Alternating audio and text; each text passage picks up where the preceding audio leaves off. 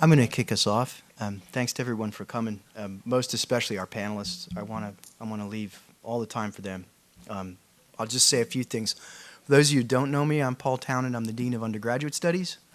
When I was being deaned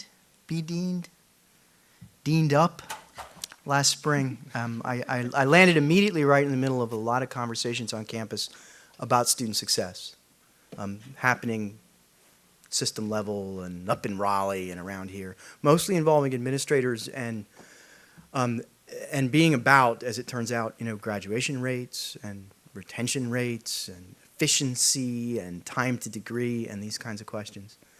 And my inner faculty member, who had not yet been killed by my inner bureaucrat, said, "That is great. These are really important conversations."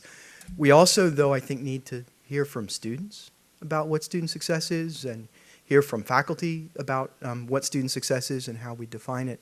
And I think out of the conversations there, I wasn't the only person thinking this. The Center for Teaching Excellence and Diane Ash and our host, Colleen Riley, and Gabrielle Lugo, and lots of other people on campus were saying, yeah, let's think as broadly as we can about what student success looks like. And really the idea that came to us is sitting in front of us. Student success looks like people who succeed, by their own definition, and it's not just sort of your first job, right? It's what happens to you in relation to your education on the other side.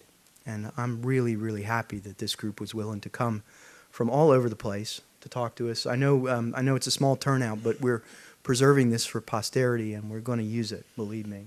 I think these are really important kind of perspectives. So with all that in mind, I'm so grateful that you're here, all of you, and especially our panelists. And I'm going to turn things over to Colleen. Thanks, Paul. I'm Colleen Riley. I'm professor of English and faculty associate for applied learning in the Center for Teaching Excellence and Center for Faculty Leadership. And we have with us 8 wonderful alumni of various programs on our campus. I'm going to introduce each of them, just give you an idea of what they graduated in, and also what they're doing now, but you'll hear more about that from them when we start answering the questions. So who do we have here? And please, we might not be in this order, so just wave or somewhat indicate. So we have Jenna Gasper, who majored in French and International Business and is right now the Vice President for Health and Benefits Consulting at Aon Consulting in Austin, Texas. We have Melissa Gillespie, and Melissa graduated in secondary education, teacher licensure, and is now the Assistant Principal at Hoggard High School. Jeffrey Justice. Jeffrey graduated in history and French and is a commercial attaché at the U.S. Embassy in Mexico City. Ashley Murphy. Ashley graduated in English and is the associate marketing manager at PPD. Brendon Murphy. Brendon graduated in film studies and is the lead compositor at Stargate Studios. And where is Stargate Studios? Stargate Studios is... Yeah, grab that thing. Stargate Studios is based out of South Pasadena, but we have facilities worldwide, and I'm in the Atlanta facility. Wonderful. Okay, thank you.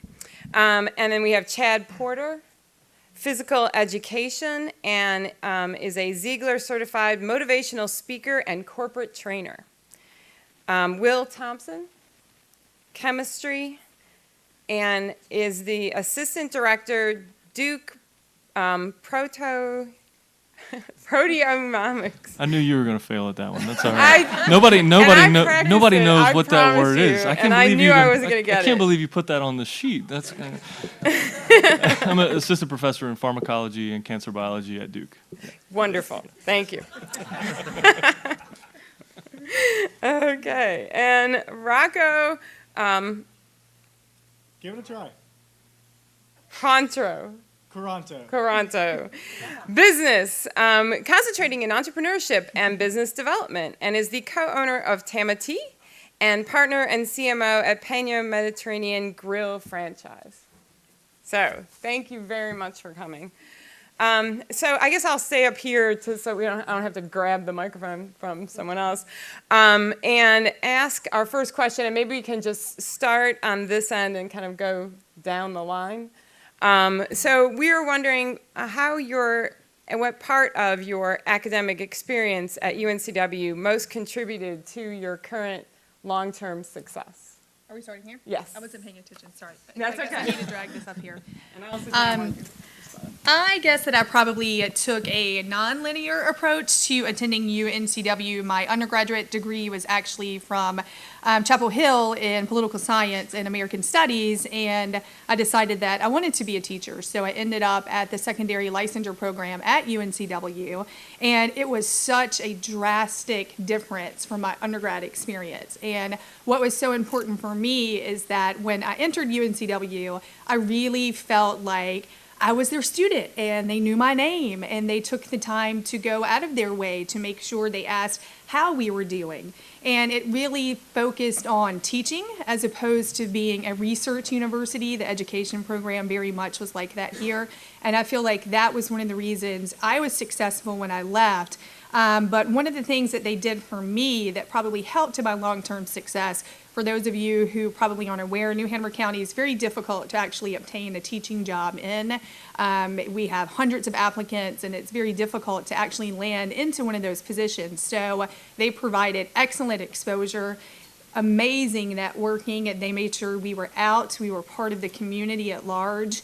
They really helped me learn the difference between a social responsibility as teaching somebody the difference between right and wrong, because obviously education is much more than that, but how we can give back to our society at large. And these are all the different ways that you can do that. So presenting me with that, and oftentimes it's really amazing to have somebody believe in you more than you believe in yourself sometimes, and I feel like the professors did that for me, and I wanted to share that with my learners in my classroom. So that's probably one of the biggest takeaways I had. It helped me become extremely successful in the classroom. I did teach for 13 years, even though I'm no longer teaching. That's one of my biggest takeaways. And I know that was kind of long-winded. No, it's fabulous. I'll move on. Wow, Melissa's a tough act to follow here, I have to say. Well, this is a tough question in a lot of ways, I think, because it says what part of your academic experience, so to narrow it down to one is difficult. I could sit here and talk to you about how my history degree gave me the writing skills I need to be successful in my job, or my French major helped me understand how to learn foreign languages, which I've now had to do twice in 2 different postings. But I'm going to focus it on really why I think I am where I am, because of a particular specific experience at UNCW I had. At the end of my senior year, I went on a study abroad week trip in the French department to Paris, and it was my first trip overseas. And I really got a taste of international life, and I really loved it.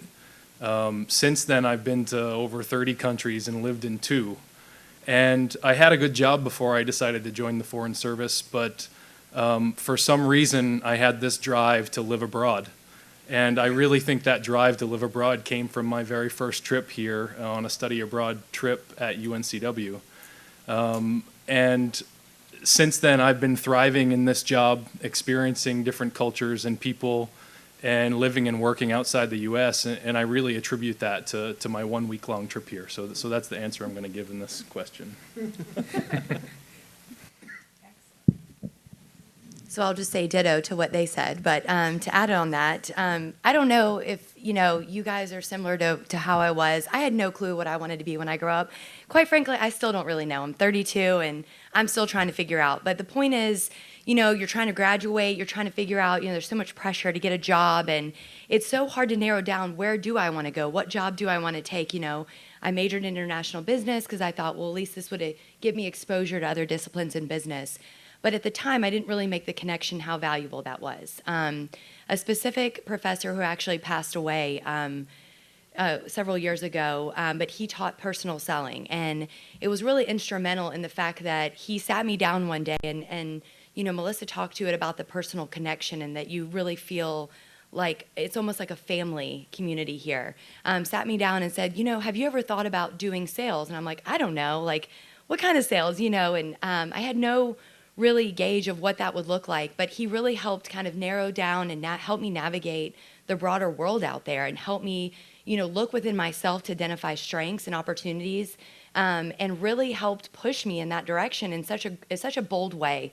And I think that's really what UNCW is about. It's about the personal connections that we make with students. It's about, helping see something in themselves that they may not see in themselves. And I know that really was huge for me. And it gave me the sort of confidence and boldness to move to Texas. Now I live in Austin. I've lived in Texas for 11 years and really been aggressive in raising my hand and saying, you know what, I want that promotion, I want that job. And I really don't think that I would have been here today without those experiences within UNCW. So really grateful for it.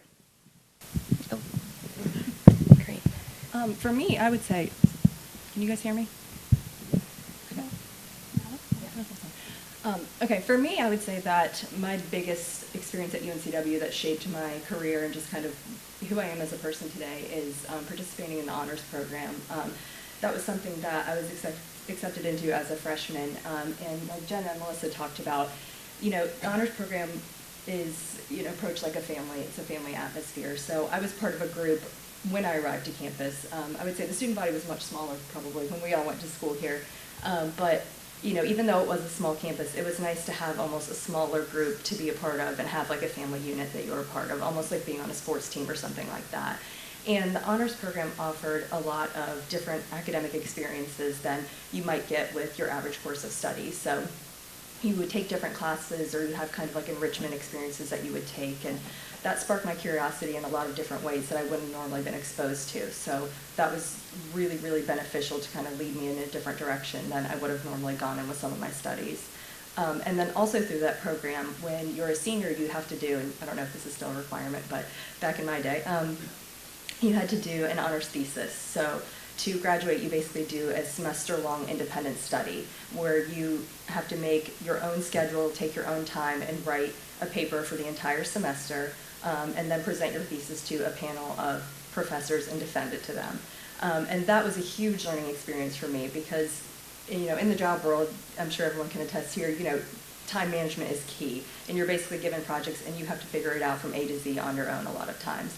And as a student, I never really had to do that up until that experience. So I had to take an entire semester and map out a project by myself. And so that was hugely valuable to me to have that experience and do an independent study. So I would definitely recommend that for anybody who's thinking about doing that out there, because it really teaches you how to project manage on your own and time manage on your own. And I would say after I graduated as well, when you're applying for entry-level jobs, and it's hard to think, what can I put on my resume when it seems like employers are looking for 10 years of experience for entry-level jobs, but, when you have something like an honors program or an independent study or something like that that you can put on your resume, it really does stand out to employers. I had several interviewers when I was applying for entry-level jobs that noted that I was in the honors program and that I did an independent study because I had it on my resume, and asked about it because it made me stand out from the crowd and it differentiated my resume from some other job seekers. So I would definitely say if you do a project like that, definitely note it, and it's something that can help you stand out. And it definitely changed my entire experience at UNCW. So I have to admit that I was not in an honors program. I took another route through college. But I want to thank you guys for being here, and I'm very proud because this was not probably something that I would have come to when I was at UNCW. So you guys are on the right path, let me tell you. So let me explain, and I'll go into more detail on the next question, but currently right now, I have the best job in the entire world, no offense to anybody here, but I get to travel all over the country speaking and motivating and inspiring and talking about me all day long. That's all I get to do. So it's an amazing opportunity, and I'll say that my experience at UNCW, I really, really enjoyed it, and I had a great time and developed relationships. And I think those relationships are what carried me as far as I've gone today and continue to. Not just relationships with fellow students, but relationships with professors, the ones that are still alive and have not retired, I still keep up with. I am the old guy on here, I've just realized that. So, but it was my experience here, even the classes, that I initially came into UNCW thinking I just have to survive these first 2 years of all of these classes that I'm not going to probably care about. But all of those experiences and a little bit of learning and a little bit from each professor along the way really did build up a huge, it expanded my market and who I can speak for and who I can speak to and who I can inspire and who I can relate to in different fields. So I would just say, more than anything, cherish the time that you're here. Make the most of every little experience that you can, whether it be in the classroom, whether it be volunteer work, whether it be intramurals, clubs. Those are the parts that of my experience here that have led me further than a lot of the things that you just learn in the classroom. Not to take any of those things away, but your experience and your relationships and those professors that really cared and really poured into us was what I'll remember the most about my experience. So.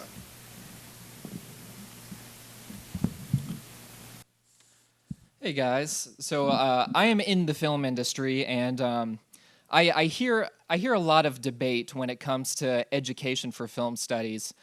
How valuable is that degree? There's so many courses online you can take. There's so many pathways into the film industry. I think what most people don't really think about, though, is, especially when starting out, how vast the film industry is. There's 1,000 different jobs in the film industry.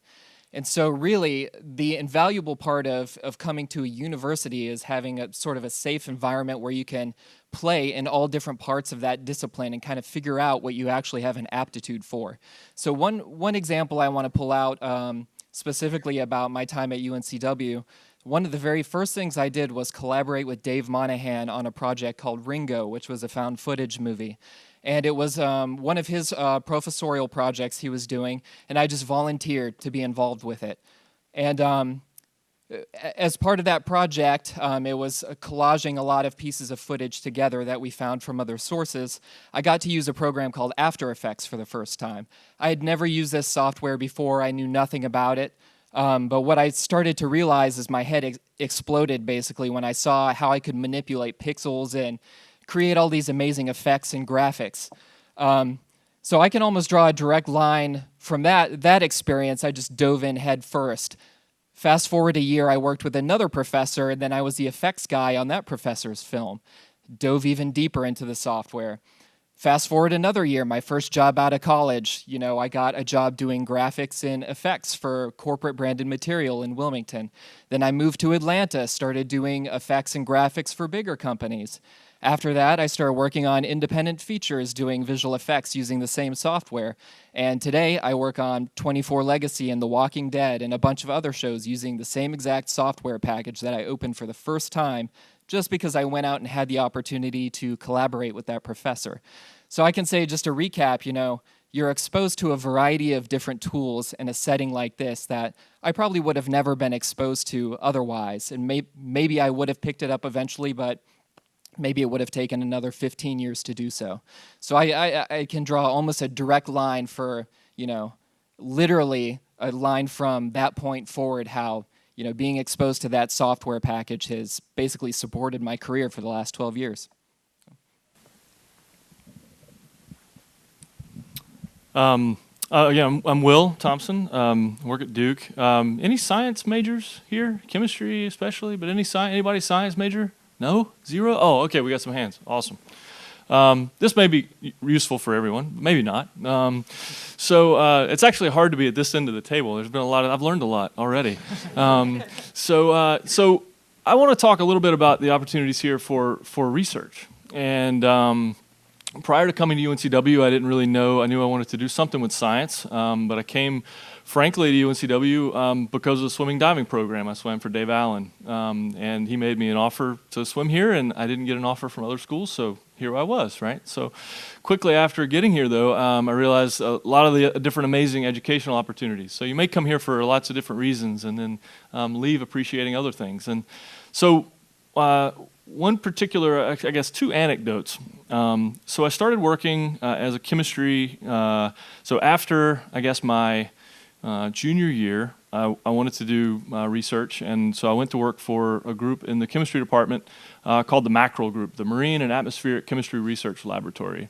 And frankly, I really wanted to work for this group because I like boats, and they used to go on boat trips and do sampling of ocean water and these kinds of things. And I thought that sounded fun, right? And they gave me and offered me a summer job, so I was doing independent study as well, and they offered me a summer job here to do research. So what a great opportunity to live at the beach, or not at the beach, but near the beach, and do some summer research. And so my assignment, though, was unexpected. So my assignment, actually, that marine and atmospheric research, I left out the atmospheric part, right? So this group also samples rainwater. They do a lot of rainwater sampling here, and they do that in the woods here behind campus. It used to be kind of where behind the CAF, and now there's dorms there. I think they've had to move it back further in the woods. But so they do atmospheric rain sampling. So little did I realize that what this meant is that the research was great, but every time it rained, I had to go to work. So they have these devices that they open up, right? When it rains, it basically closes a sensor, and then it opens up, and the rain pours in, and then you go up. And they do all kinds of acid rain testing and pH and organics and look at pollution, and it's amazing work. So what did I learn from this? So I learned that in research, sometimes you have to very carefully choose the types of research you want to do, right? Because I wanted to do chemistry research. I knew that. I did not want to go to work every time it rained. And so so working with this group, I had an amazing experience because I did get to go on these boat trips. I did get to work with some amazing professors here, and I did end up going to chemistry in graduate school. I chose to do instrumentation development, where I work inside most of the time. But I think the experience here is one of those things where I got to work for 2 summers. I learned a tremendous amount of things. So first of all, I didn't realize you could get paid to go to graduate school, right? So in chemistry and biology and other research fields, they'll pay you to go get a PhD, which is an amazing thing when you think about the context of a range of opportunities. I learned that when you have connections with research faculty here, many of those faculty members knew professors that I ended up working with up in Chapel Hill. So you make those connections and get plugged into some amazing opportunities. And most of all, you learn that things you can take turns sometimes in the work that you have, but in the end, you come out with an amazing set of skills, even if you do have to work every time it rains. Okay, thanks. Cool, thanks. I guess I get to go last. So, thank you, appreciate that. So I'll start out the similar way. How many people are in the business school right now? 1, 2, 3. Cool, that's awesome, because I actually come back and speak on campus 2 or 3 times a year, but every single time it's been in the business school. So it's my first time outside of the business school talking, which is really cool and exciting for me because I get to talk about other things besides business for a second. Yes, my concentration was entrepreneurship and business development, and I've used that. I've opened and run, I don't even know how many businesses, at least 10. Right now I'm part owner of Tama Tea. We're in the Forum right next to Boombalati's, and Pino Mediterranean Grill. We changed the name from Baba Ganoush, so you probably might have been there. But anyways, I say that to say that I started in business school, just really didn't want to work for anybody else. And so I started my own business in school of a mobile detailing business. I detailed cars, boats, and RVs. And so I got a partner, just another buddy that knew a lot about boats and things like that. And I quickly realized that he didn't take the business as seriously as I did. We're just a couple college kids that, we had a website, and none of our customers knew that we were in college. And I say all this, and maybe I'll backpedal a little bit, is similar to Chad, I was not an honors student. Unfortunate to say. My wife, the summa cum laude, I did not go that route. But but that's not directly, associated with the path of success for every single person, and that's fine. And so I go back to that to say that I didn't take the classroom as seriously as I probably should have. But inside of business, I found a passion for that and taking that extremely serious. And I realized that this cat I was working with didn't quite take what we were doing as serious. So I kind of dropped him and realized that, I started learning a lot of lessons the hard way. And that's part of what I've noticed is in our culture, especially, to pick on everybody in here and up here probably as well, is we've created such a comfortable culture for ourselves that as soon as things get difficult, we're like, no, that type of thing. And so, but I guarantee you every single person is up here, maybe because they got straight A's, but I guarantee it's not just because of that. It's because they've taken some risks. They've kind of stuck their neck out a little bit. They've done a lot of things that make themselves uncomfortable.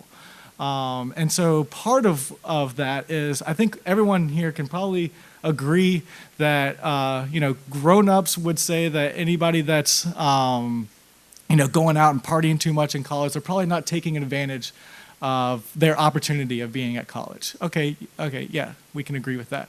But what I can also say is those same people that don't go out at all and just keep their nose in a book and don't come to things like this or, go out in social environments, they're doing themselves an incredible disservice as well.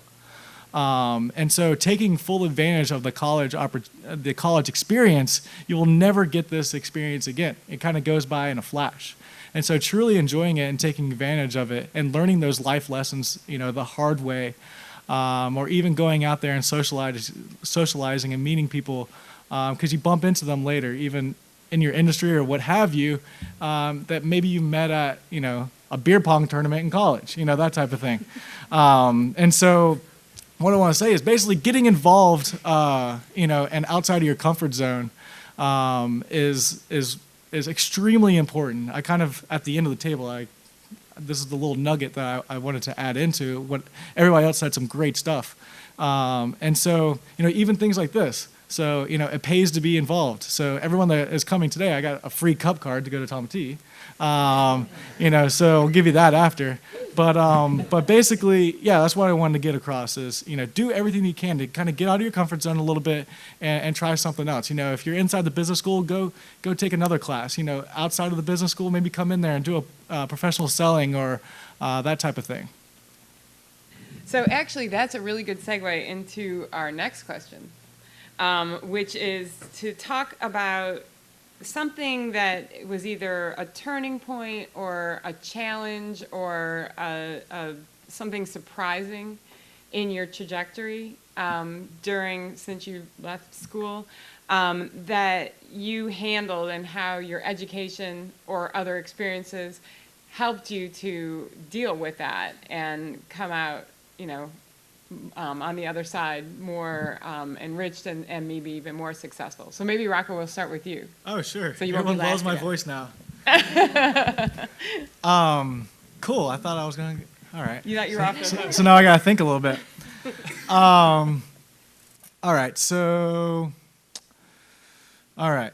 I think so. All right. So I opened a company called the Fuzzy Peach about a year after graduating college.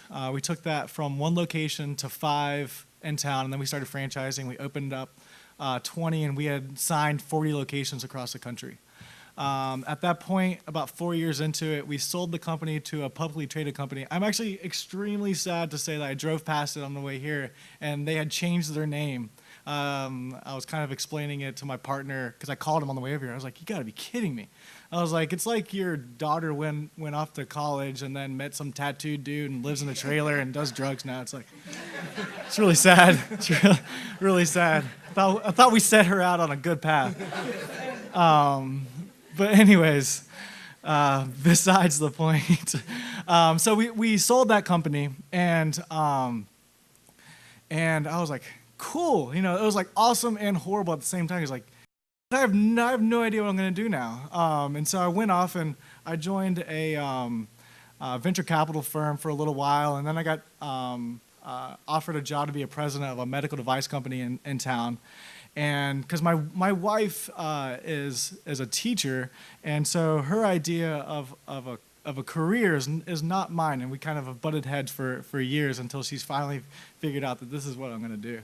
But basically, her idea is you get a paycheck every week and you get benefits, and but that wasn't how my mind worked, and I wanted that risk. I don't care if I don't get paid for 2 years. I wanted some upside. I wanted to see that I could create something. And so with that being said, I got sucked into that. I got a great paying job at a nice place. I got to go on great trips, and it was in the medical device field, and so there's a lot of money around and a lot of great people and a lot of cool stuff. But I kept butting heads with the founder of the company, and as the president, I would come up with these ideas, initiatives, and yada yada yada. Long story short, he's like, I don't agree with you. See you later.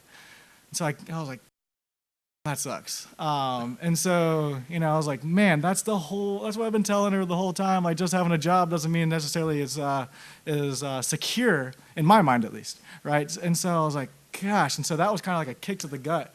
And that goes back to kind of what I was talking about earlier is what you truly need to learn as quickly as possible. I don't care. Like my brother has just graduated as a Marine from Paris Island. And what I was told that he was learning there is to become comfortable at being uncomfortable. And I was like, that's exactly what an entrepreneur needs to do. And I was like, that's exactly what every single person needs to do.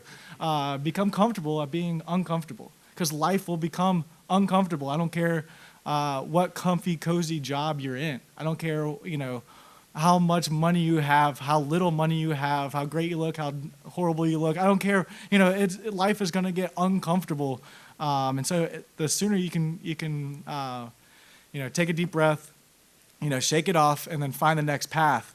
I am extremely happy that he let me go, because I then took a deep breath, went back and started consulting with some other companies, for one, to get some money coming in the door, but then to kind of really figure out what I want to do. I went back with one of my previous partners from Fuzzy Peach, and then him and his wife and myself, the three of us, created Tama Tea. And so we are about to open up a couple locations, one in Raleigh and one in Chapel Hill. And so, that thing, this brand wouldn't be if I was still a president of a medical device company. I probably wouldn't be nearly as happy. I truly, I would have become very comfortable working from 9 to 5, getting paid, going home, that type of thing. I could see life becoming very routine. And so I feel like I'm talking a lot. But so that was a turning point. I was like, I need to get back to my roots, so to speak. And what I was getting at, to pull it around full circle, is I feel like I kind of learned those things in school by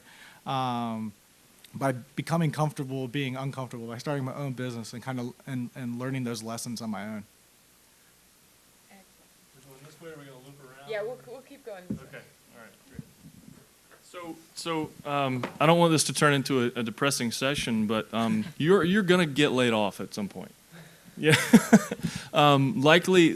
So my story is a little bit different, but so after finishing here in chemistry, I went to UNC Chapel Hill and did analytical chemistry there, and I didn't really know exactly what I wanted to do even in graduate school, but there's a lot of pharmaceutical jobs around in the Triangle, at least at that time. This was 2006 or so. And so I looked around and I took a job, which I think was a great position at GlaxoSmithKline in their kind of biomarkers research group in genomics medicine, right? And so I had a group there. Actually, my boss at that time was graduated from the same group that I did in graduate school. So we were a family, quote unquote, in that way.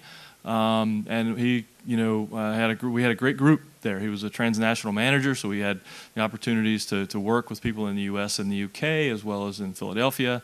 So RTP, UK, and Philadelphia.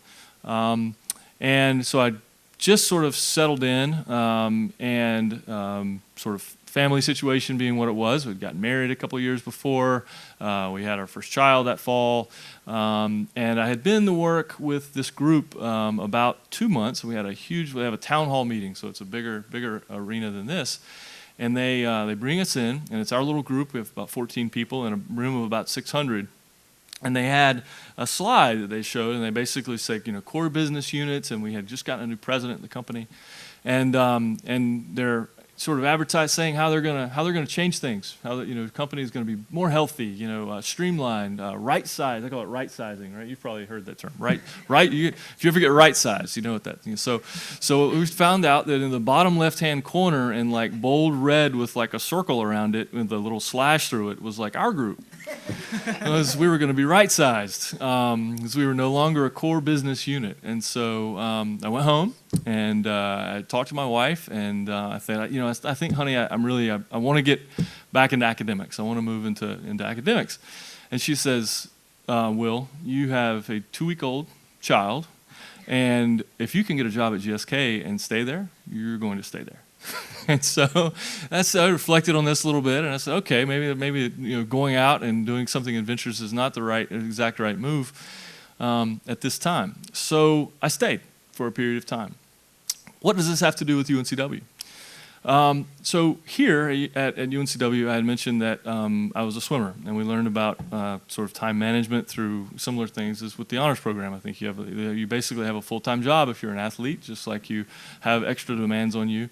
And there's a lot of sacrifices I think you have to make, regardless of whether you're doing independent study, you're doing an athletic program, you are in an honors program.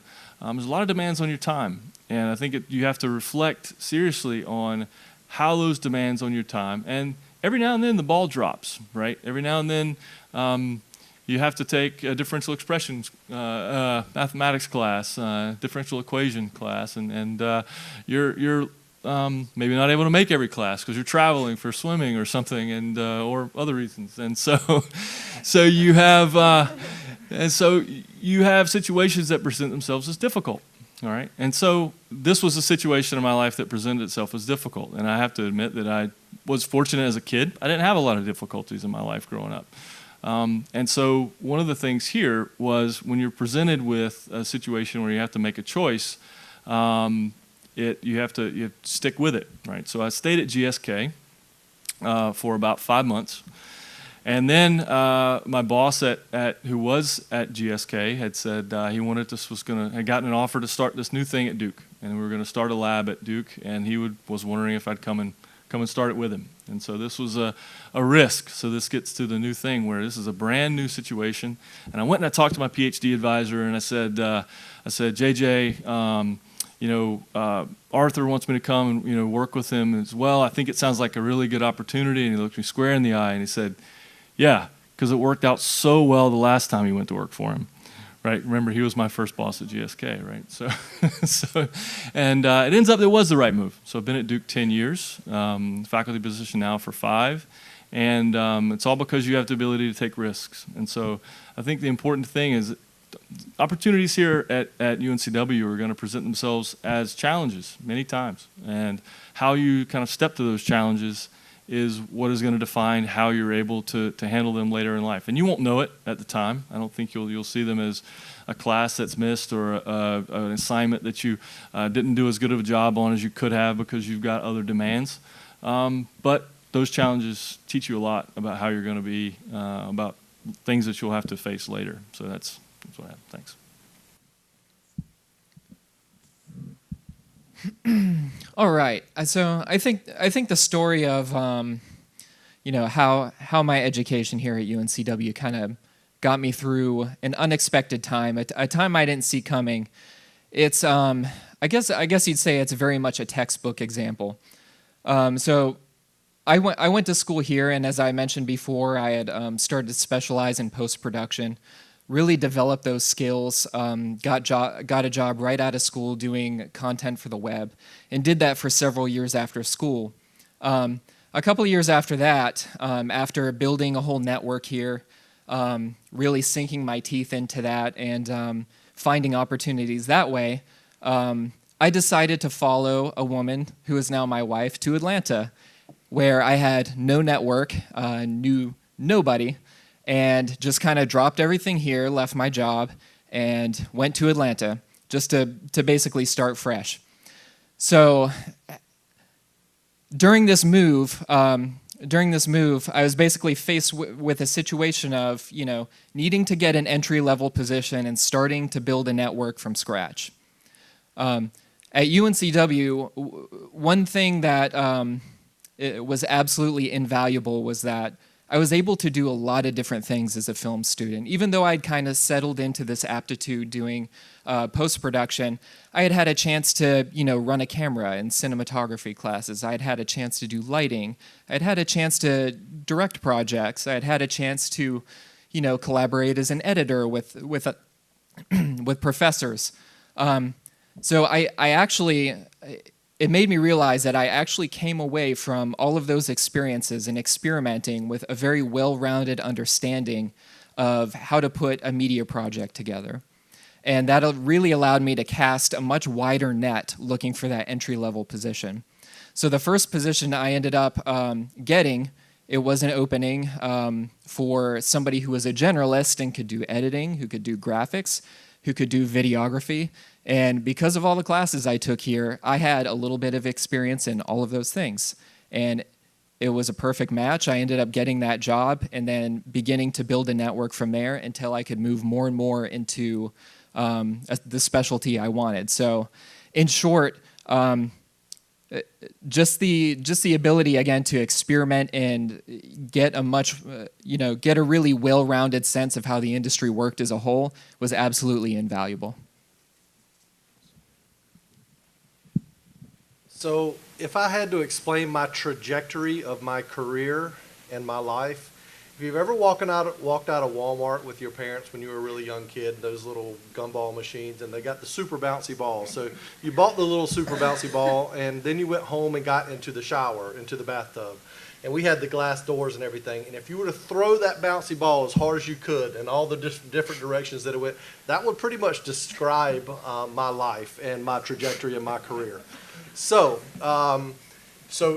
when I ask, was there a specific turning point? So we have to start back when I was 4 years old. No, I'm just kidding. We're not going to go there. But when I was 15, I had a huge plan for my life. I mean, I knew exactly what I was going to do. I was going to go play college football. I was a highly recruited college athlete to go play college football even as a freshman in high school. And I was a professional water skier. I was run over by a boat when I was a water skier, lost my leg, and destroyed the other leg by the prop when I was run over. So then, going through all the physical therapy and the years of recovery and all of those things that I went through, I was 1,000% convinced that I was going to become a physical therapist because I can go back and I can help everybody and I can do all of those things. So I came here to school. It was a 6-to-1 ratio, girl to guy, and that was very appealing. And I loved the university. I loved walking on it. It was just amazing. And I went through the phys ed department, and I did not want to teach. I had parents that taught. I just was like, I don't want to teach. So I went into graduate school at East Carolina and got my master's in physical therapy. This was all I ever wanted to do in my life, now that my new plan was involved, right? And I got out 6.5 years of school, practiced physical therapy for 4 years, and I quit. I became a real estate agent, and I worked in real estate for 5 years, and I quit. And then I was a financial advisor and a broker for 6 years and owned my own financial planning practice for 6 years. So did I have some turns in my career? And then I closed that business about a year ago. And for the last 3 years, I have been traveling the country doing motivational speaking and inspirational speaking. I'm one of only 4 speakers in the world that are on the Zig Ziglar International team. And a lot of you won't remember who Zig is, but if you look him up, a lot of the professors I'm sure have heard of Ziglar. But it has been a whirlwind of my life. And so what should I tell you out of this? When I first read the question, I laughed that they chose me to be on this panel because, what about UNCW helped your career and change it? I'm like, I'm not doing anything that I did when I was at UNCW. I'm not doing anything that I studied or got my master's in or got my undergraduate in at UNCW. But the more I thought about it, this is the perfect example of being able to be so well-rounded, have such life skills that are built here with the professors, learning leadership, learning to be adaptable. I mean, a lot like Rocco's story to a certain extent, being able to be flexible, being able to be uncomfortable. Listen, it was not easy for me to walk away from benefits and a salary to go selling real estate, and I never sold anything in my entire life. But it was a great experience. So now I could go speak to people in the healthcare industry. I can go speak to people in the real estate industry. I can go help people in the financial industry. So I have a huge wealth of being able to go and relate to so many different areas. And it all comes back to my confidence that I built when I came to UNCW. I came to UNCW as a scared, I used to have the biggest head in the school. I was the jock, cocky athlete, best looking girlfriend kind of guy, you know, the one that y'all probably did not like at all. And then I went from being that kid to being scared to death to walk the halls of school because I was different than everyone else. And when I came to school, I was still in that. I wore long pants a lot. And it took me to come out of my shell here at UNCW and to become more comfortable in my skin and become proud of who I am. And those things happened through a lot of professors that I had worked with. One of them specifically told me that you've got to find the fire in your belly somewhere, and you've got to run with whatever that fire leads you to. And it sounded so goofy at the time when he would talk about, do you have a fire in your belly? What's the fire in your belly? And like, man, I don't know. The burritos? I don't know. Wagner Hall? I'm not really sure. But it really, my experience here and the people and the relationships and really diving into those things. I used to go wakeboarding, a one-legged man wakeboarding up and down the Intercoastal Waterway with one of my professors, and he tells that story all the time. And it was just an amazing experience here for me.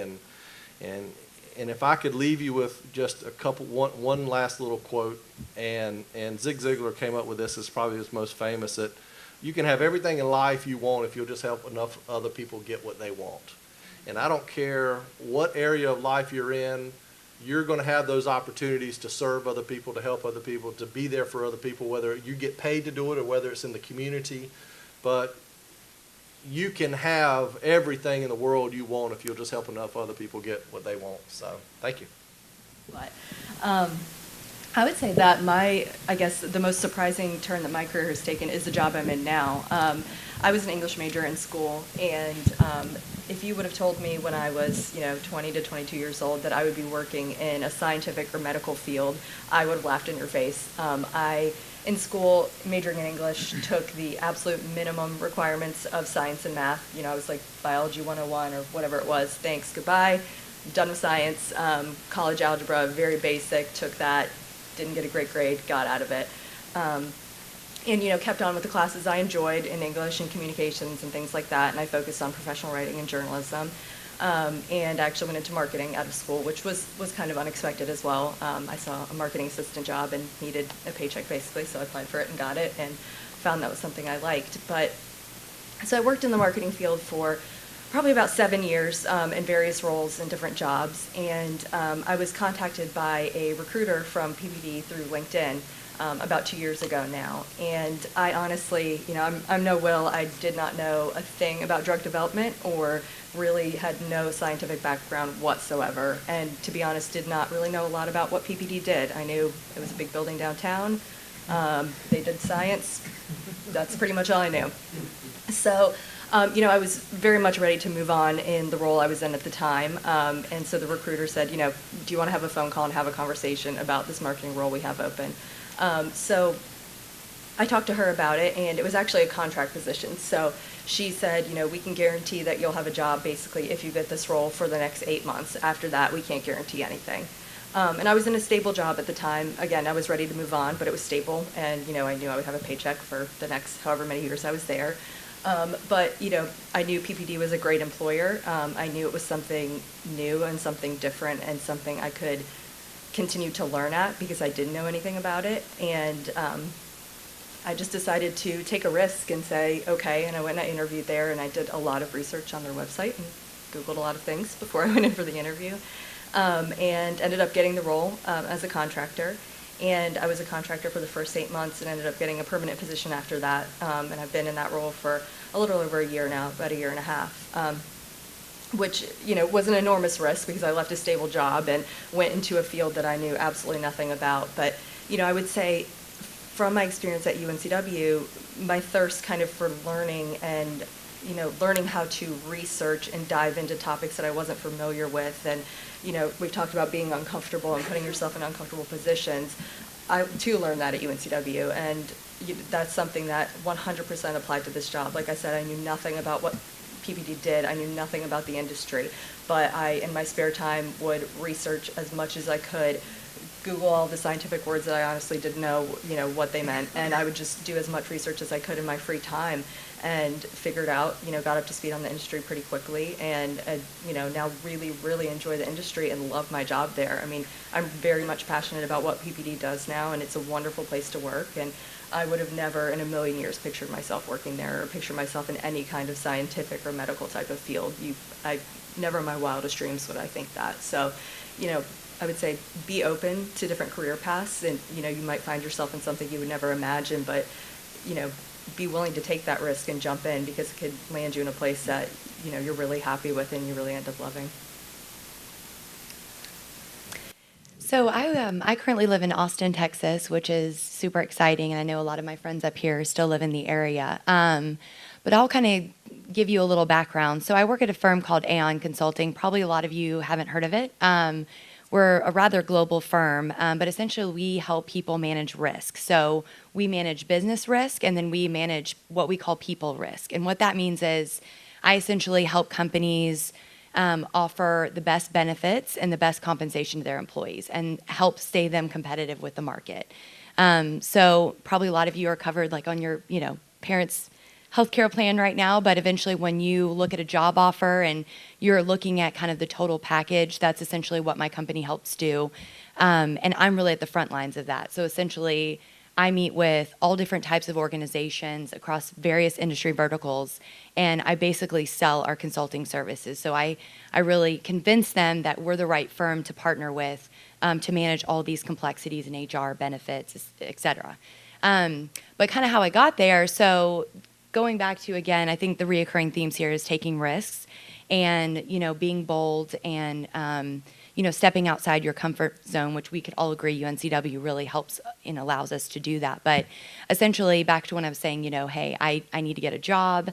I need to start paying back some student loan debt, which I had quite a lot of it. And I went to the Career Center and really just started talking to them about, okay, where could I pursue jobs, in sales or maybe with global firms, or, I had sort of these grandiose ideas. And I will say the one, kind of key turning point is I just allowed myself to think outside the box, outside of even North Carolina. And, I always thought I'd stay in North Carolina. This is where I'm going to, raise a family, grow old, et cetera. But really allowing myself to kind of push outside those comfort zones and pursue job opportunities elsewhere. And actually the advisor at the Career Center at the time mentioned this career fair in Atlanta, Georgia. So I remember a girlfriend and I here at UNCW, we drove literally overnight to attend this career fair. All the next day, we had like our fresh suit on, and, we put together these silly portfolios, which I still have, ironically, but of all the things that we've accomplished, which is kind of funny now because what can you really, what can you really have in terms of deliverables at the time? But just really presented ourselves, and we both got a lot of job opportunities at that career fair.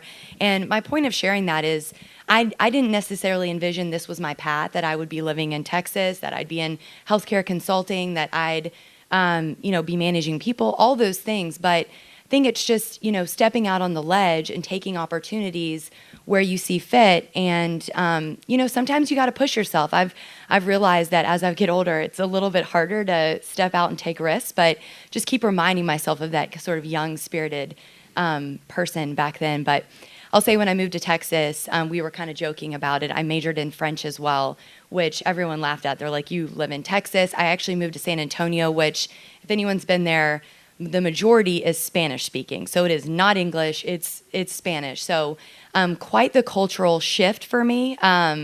I actually studied abroad in Paris while I was here at UNCW, which was phenomenal. And I use that as an example because it really gave me cultural sensitivity. And I know that sounds kind of, cheesy, but it really did. Being in Texas, I was driving out to these small towns, visiting with these companies. I remember the first client I sold was a meat processing plant. Not very glamorous, but my point is that I really had to adapt into, I really have to relate to my clients. So whatever they do, I need to do. And, I definitely added 30, 50 pounds. They say the freshman 15, it was more like the Texas 50, eating all the meat and all the great food that we have out there. But so my point is that, it's those experiences that now I look back and I'm like, oh my gosh, that was just so incredibly valuable. Just embrace those and really appreciate it. Now I meet with some of the largest organizations in the world, and to have a seat now at the table with CEOs and CFOs and talking about their business and how we can drive better results. I would have never imagined to be in that spot. But again, it goes back to some of the things we talked about, just really the connection with the professors, the confidence they instill in you. And I'll also add, I think some of my other friends up here said, we hear this word networking and some of us kind of sigh and say, oh, well, I just, I don't have a family network and I don't know even how to build a network. I'll be honest, all my job opportunities didn't come from any of my family connections or anything of that. It was all organically built by myself. And, that takes a certain amount of hustle, but I'll say that personal and professional networks are so interlinked. And I really want to give a feeling of the friends that you make today, you never know how that's going to impact you from a business perspective later on. And I've learned that people do business with people they like in any really, organization or role. And so, stick true to yourself and also leverage those connections, and don't be afraid to say, hey, I want to come learn what you do, and I need your help to kind of introduce me to someone that you know. And I really think that foundation starts here at UNC Wilmington, both for the professors as well as the other students that you interact with, whether it's classes or organizations, intramurals, really anything, I think can be valuable and impactful. And I think that UNCW just offers incredible opportunity. I mean, I think we were talking that when we attended, it was a lot smaller, and it's still smaller relative to other schools, which is really valuable, I think. There's much more of a personal interaction here that you don't get at other universities. So, sure, while I did come here because of the beach, I'll be honest, I found it to be so much more valuable and inspiring. And also just a shameless plug, if anyone's interested for job opportunities, I will chat with you afterward. So I think I've changed my mind about 5 or 6 different times as I listened to everybody speak about how I want to answer this question.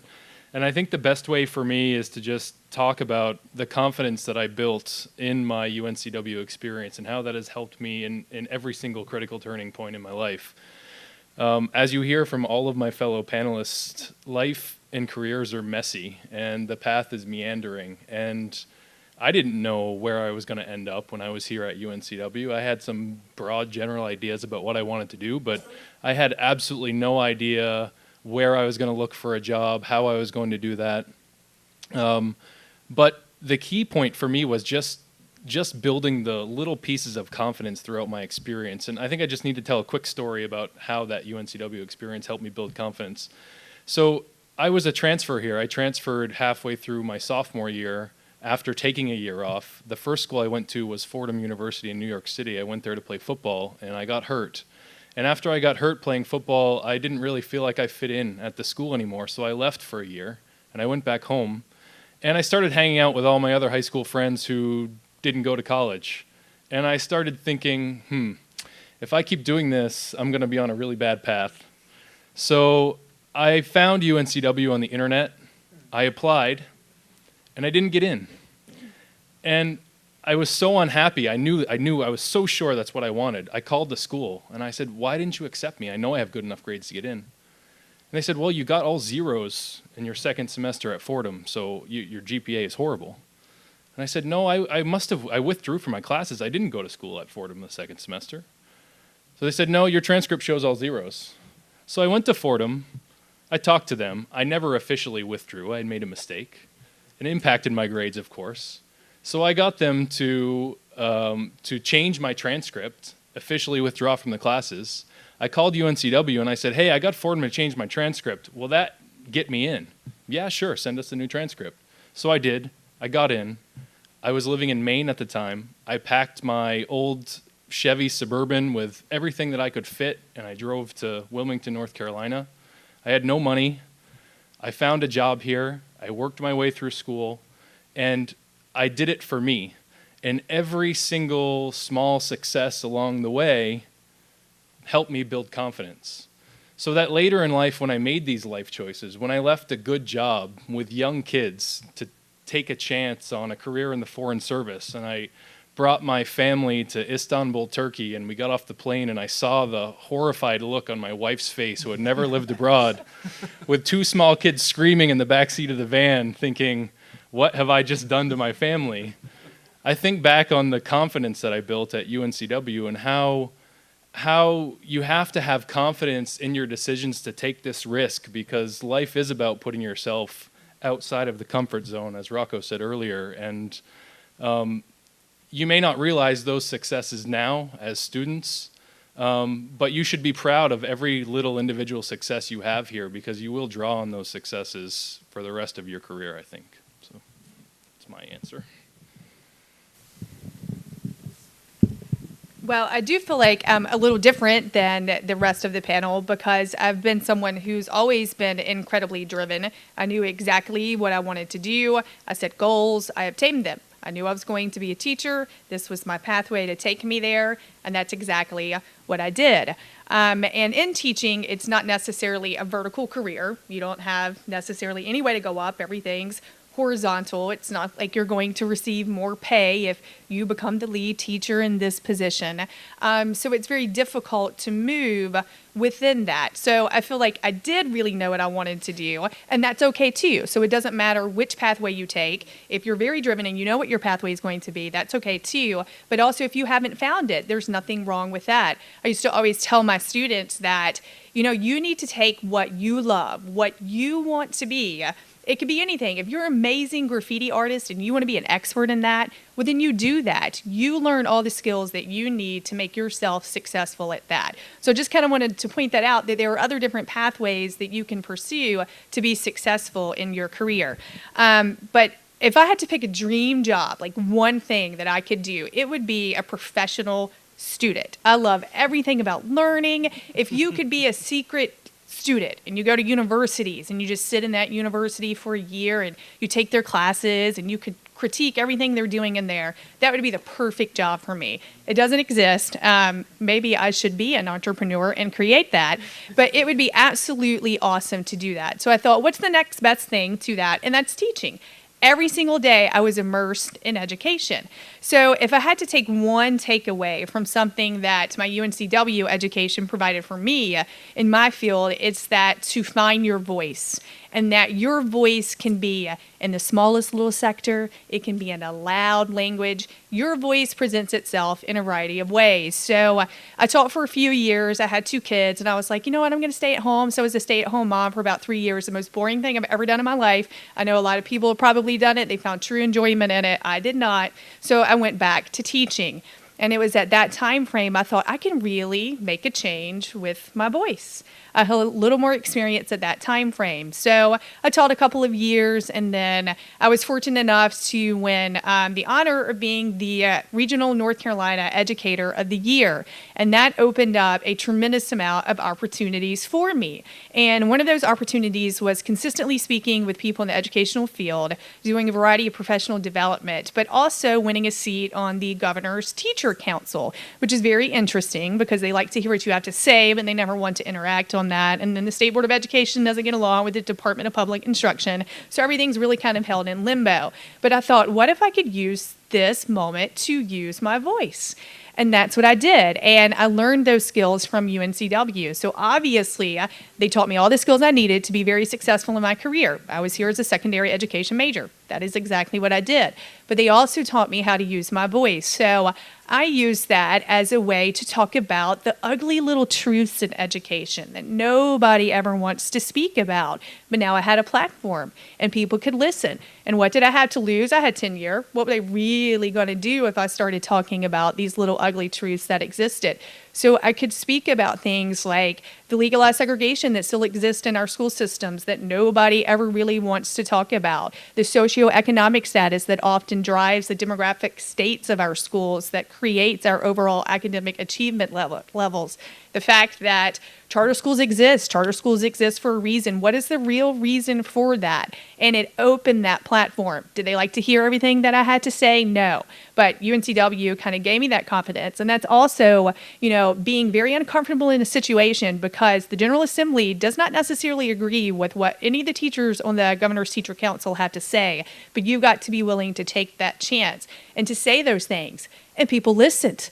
And I kept getting to do things. And I thought, well, I've been in my classroom for so long, what else could I do to kind of use my voice? And the next step in education is to go into the administrative level because now you can set curriculum changes for an entire school. You can talk about those ugly truths at that building level, and then you can keep going up. And then eventually, hopefully, you can make real significant change because it's often things that teachers do not feel comfortable with saying. And I wasn't necessarily always the teacher's favorite friend too, because I think teachers should work 12 months. They shouldn't work 10 months out of the year. You can't necessarily justify a pay raise and you work 185 days. So I think there are a lot of different uncomfortable truths and ugly little things about education that we don't talk about. And UNCW kind of gave me the confidence to feel like I have a voice and I can move forward and say those types of things.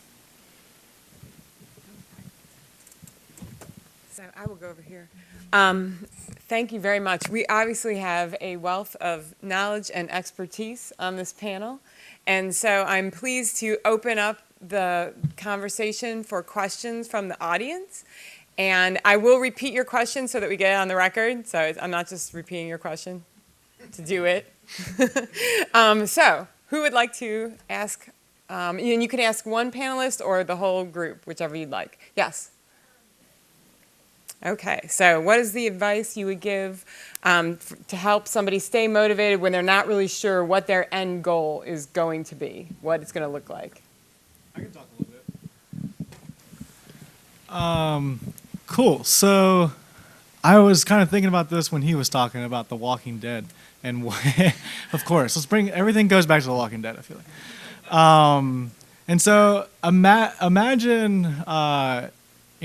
you and your group, you're in Rick's group and you guys are going out, on some vast adventure to go, scouting or what have you.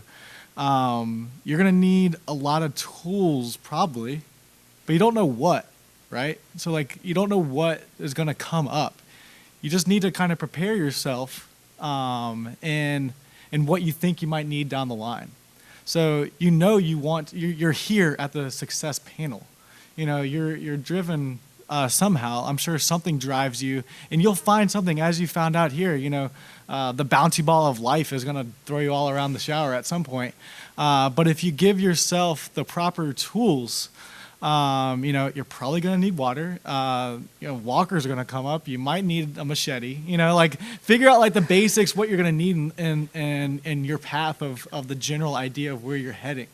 And like we all kind of talked about before, you're going to need, unless you're Melissa and you know exactly where you're going to go, nothing wrong with that either, right? But maybe go a little bit outside on each side of those bookends of where you're comfortable and start to gain other tools that you might use down the line. The entire time that I'm in math class, in my general studies, I'm like, when in the heck am I going to use any of this? And then I get a balance sheet and I'm taking accounting classes. I'm like, oh, okay. So it all kind of comes back to just having that general foundation of having that knowledge to be able to overcome those hurdles when they arise, because you have no idea when they're going to arise. What year are you now? Perfect. I love this. So, your first couple of years, you're just going to be taking all kinds of everything. And that's literally why colleges do that stuff. I mean, you would think that, someone that knew exactly what they wanted to do, I'm sure Melissa, there was a ton of classes she took, but she was like, I'm not going to need to know this stuff, and I felt the same way. But what I would encourage you is there's a few things that you are absolutely without. I'm a youth leader at my church, and so I have a lot of seniors that are heading out, and some of them have no clue in the world what it is that they want to do, and they ask for help, they ask for assistance, and what you need to do is, first off, look in the mirror and just think about what it is that you love. What is your passion? Whatever it is that is, maybe there's a career in that. Maybe you can make money in that. My passion was speaking. I've been doing it for over 20 years. I never thought I could make money doing it, though. And so I pushed it off to the side, and I got away from it. Yeah, there was a path that I think led me to being a whole lot more successful in it, but it was diversifying myself. You're always going to be a salesperson. I don't care what in the world you do in life, you have to sell. You have to learn how to sell. You're not going to necessarily sell products, but you're going to sell your ideas. You're going to sell yourself to people. You have to know sales. Business, I don't care what in the world that you go into. I encourage people all the time. I don't care if you want to go to the medical field, possibly, science field, possibly. Whatever it is, you need some business knowledge. Even in just life itself, if you become a stay-at-home mom, you still need business knowledge to run a household, to do those things. So I would say find the thing that you're passionate about. Do volunteer work. Get into those fields and just see what they're really like. You're never going to know until you dive into them and start doing some work. Maybe it's getting a job in a certain field. But learn sales, take business classes, and just keep wondering. It's going to happen. And believe me, you may think exactly in the world, you may figure it all out, and then something's going to change. So keep your options open all the time, find your passions, and I think you'll be awesome.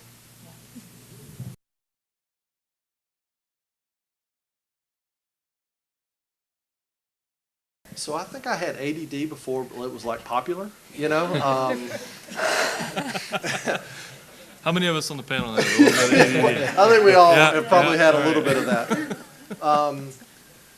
I can tell you that there's no more rewarding field in the entire world than that for me. And if you're passionate about it, I am the only one in my class of 32 in my master's program that's not doing it anymore. And let me tell you, it wasn't the care of the patients, it wasn't the job itself that took me in another direction. What I learned a little bit later on in my life that, when I say later on, like a couple of years after starting, is that I have a tough time working for other people. And I'll be honest with you, had there been more of an opportunity in this town to run my own business as a PT, which is tough to do, there's not very many mom and pops anymore, I would probably still be doing that. I got tired of being told how much I was worth, and I got tired of Sally deciding if I got a raise, and she and I never got along.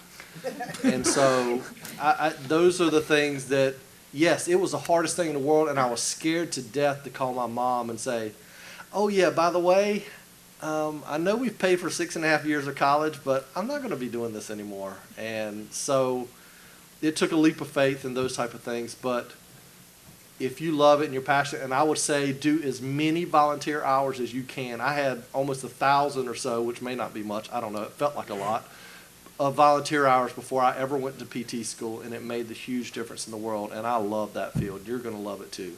So I think we had another question over here. Yeah.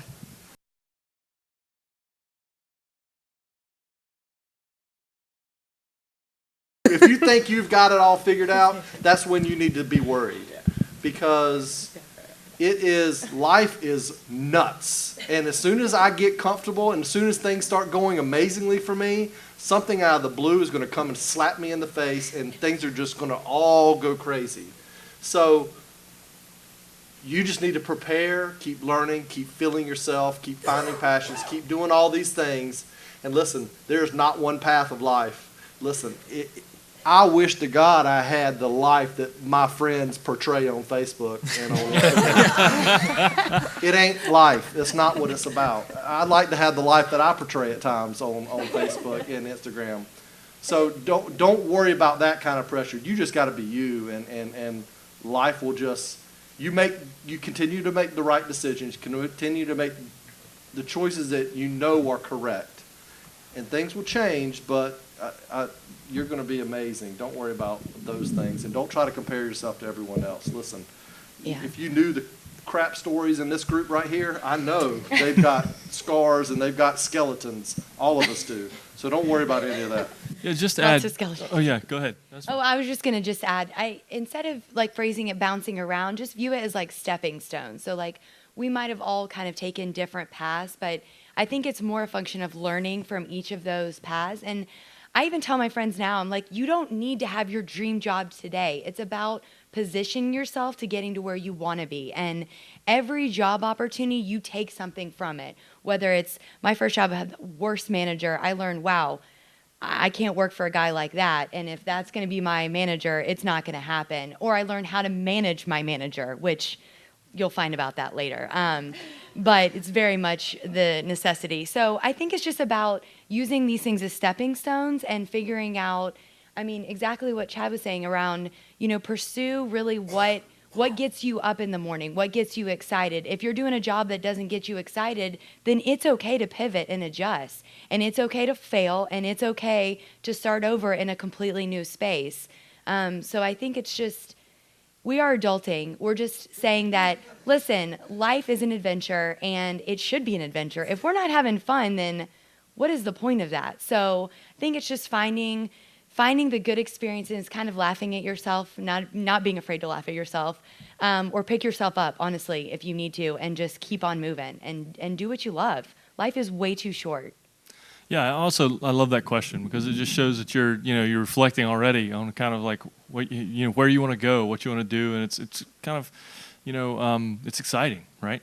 But I think it brings to light the importance, and it's so cliche, but like enjoying the moment, right? Carpe diem, right? It's really because I think it comes into play more as you get older, because you realize that like nothing is promised you. Tomorrow is not promised. Yesterday is already gone, but really like you have amazing opportunities here. So, try not to worry so much about what might happen tomorrow, or how, if you're taking the right classes, or, try to plan as much as you can. Use your resources. Talk to your professors. Talk to your friends. If you hear that they've got an amazing, philosophy class, and you're like, wow, I'd never even thought about taking a philosophy class, but they just rave about this faculty member, like, go take the class, So those kinds of opportunities, and enjoy like every single day, for what it is, right? Because that's what's gonna, your learning experiences today,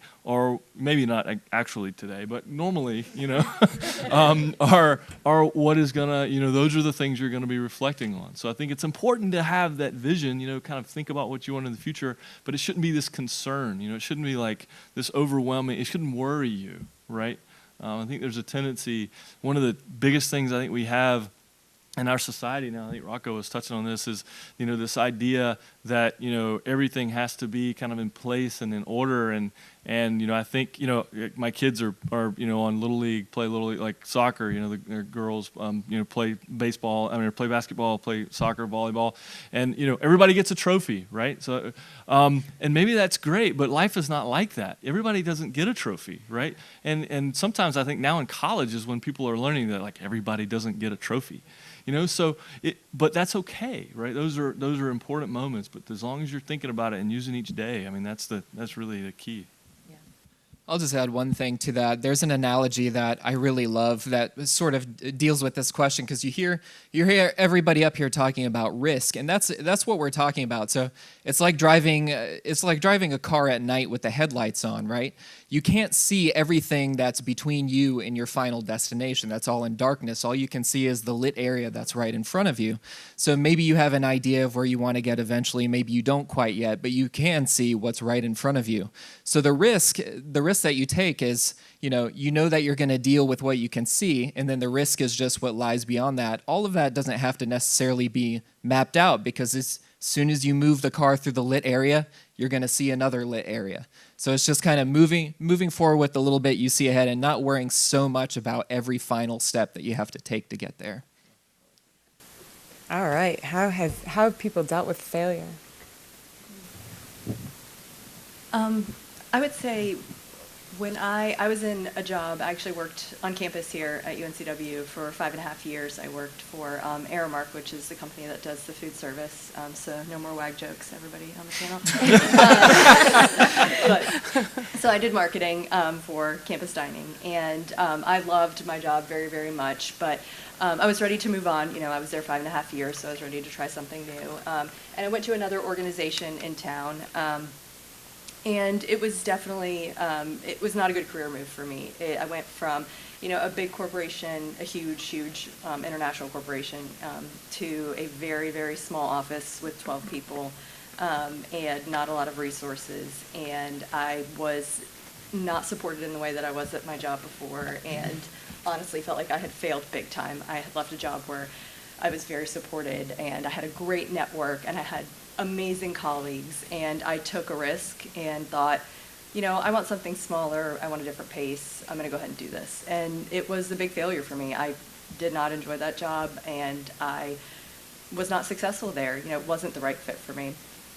I spent some time beating myself up over it and thinking this wasn't a good career move, and how can I, pivot and get out of this? But, I just tried to make the best of it and learn everything that I could. And, what I did was build on the marketing experience I could get at that job that I couldn't get on campus, because my marketing on campus was very specific, had a very specific audience. And the job I moved into, I learned some marketing skills that I wouldn't have otherwise been exposed to broader audiences and things like that.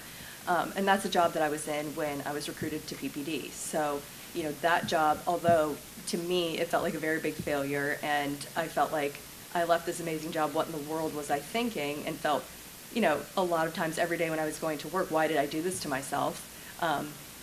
You're crazy, and wanted to call and get my old job back a lot of times, and maybe they would have taken me back, I don't know, I didn't try. But, the skills that I learned there helped me get exposed to a broader, I guess, world and recruiters and things that I wouldn't have been exposed to when I was just working on campus, because I learned a completely different skill set there. So although I felt like it wasn't a good fit, and I felt, bad about myself, and felt like, I made a really stupid move, it exposed me to PPD, and now I'm in a job that I really, really love and I'm really passionate about. So, it was a failure to me, and, it was really hard to get through the 1.5 years that I was there, but it led to something brighter in the end. So I just tried to make the best of it and learn what I could while I was there, and in the end it turned out to be something good. And I definitely would not be at PPD without that role. So that failure led to a success for me. But if you told me every day when I was going into work thinking I failed that it would lead to a success, I wouldn't have thought that would have happened. So I'll add one more thing if I can. Very, very few successful people in this world have not fallen on their face more times than they've had successes. So what I would just tell you is it's all about the attitude that you have, and free will is an amazing concept. You have the ability to think and to feel anything that it is that you want to feel. There's nobody that can make you feel something you don't want to feel. If you don't want to feel like a failure, you don't feel like a failure. It's completely a choice. But what I would say is, if with the right attitude, you will never, ever, ever lose. You'll either win or you'll learn. And so if you'll take that attitude that, hey, listen, when I fall on my face, I have now learned what not to do. So now I'm even better than I was before. So, it's all about your attitude. It's all about those bumps in the road. And I promise you, if you'll read enough books about the most successful people in the world, that they will tell you right off the bat that they made way more bad decisions than they did right decisions. So.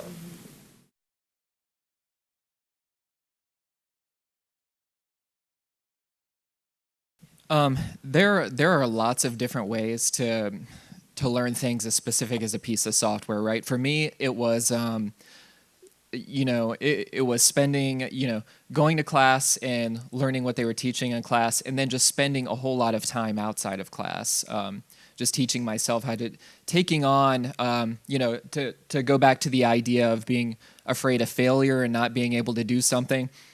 The process of learning and getting better at those things, a lot of times is just biting off more than you can chew, stepping out on a limb and taking on a project that, maybe I don't know how to do 100% of the effects that I know they're going to need in this project. Maybe I'm not sure if I can quite pull this off, but I know that I've done this before, so maybe I can figure it out. And just kind of taking that step and jumping in and then figuring it out on the fly. Maybe it's, oh, man, they want me to do this, and I have no idea how to do that. Maybe I Google and see if there are any tutorials that apply to that. But for me personally, it was just a lot of trial and error and figuring it out on the fly. I think I hear a lot of people that feel like they have to get to this place first, to this level of proficiency, and are afraid to take that first step to step out and try to do something until they feel like they're an expert or that they're good at it. And I think everyone up here would agree that if you wait to be an expert, you're going to be waiting for the rest of your life probably. So it's really just get out there and start playing and take the next step, work on the next project, and maybe the next one's a little bit bigger, and just keep building.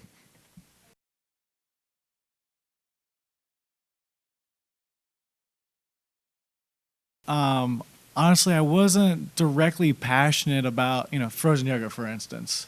I was passionate about starting a business. I was passionate about starting something and owning it completely. To be honest, I wasn't completely passionate about tea before I started. I love tea more than anything else in the world now. And so I could learn that passion of the product and learn a bit about. Granted, I couldn't start a business on something I have zero interest in at all, so to speak. But what I was looking for is to create something and truly go out on my own, so to speak. And so I think what was important for me is I met a couple guys on the track team my freshman year. One was my roommate and one was my suite mate. So the three of us were the founders of Fuzzy Peach, and the two of us today still are partners in Tama Tea and a couple other businesses as well. And so what we've kind of done is figured out how to work the game, so to speak. And so I was going to touch on this. I think this is a good segue. Is what we've kind of figured out, and we started to figure out in college, is life is a big game. If you can really look at it like that, like we were talking about with, how can we set ourselves up for a path that we have no idea where we're going?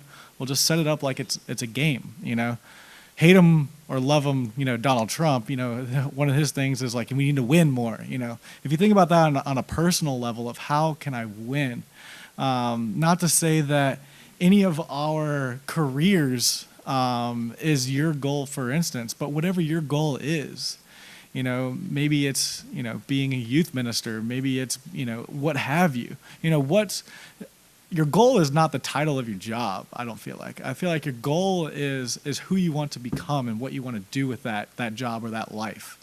And so I'm getting completely off topic from your exact question, but my goal and my pathway was to create my own destiny, so to speak. It sounded weird coming out. It just sounded weird. So cliche. But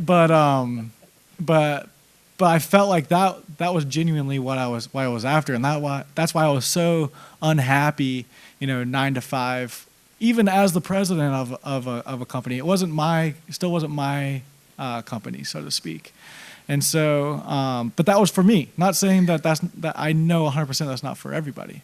And so, bring it full circle back to your original question is I try to genuinely find an industry that has a huge market And what I try to do is try to find a niche that's being unmet. At the end of the day, my business, their business, anybody else's business, what's interesting is when there's a transaction of money, which is usually where my business ends up, is I'm providing a product or a service, and the customer is giving me money, and we're both happy, right? And so that's like the essence of business, of what you need to figure out, of what you can offer that a customer is willing to pay in a large market that you can take advantage of, and something that you can be passionate about. And so I would like to thank all of you so much for coming and sharing all of your insights and experiences with us, and for the audience. Thank you so much for coming, and let's give a round of applause to our panelists.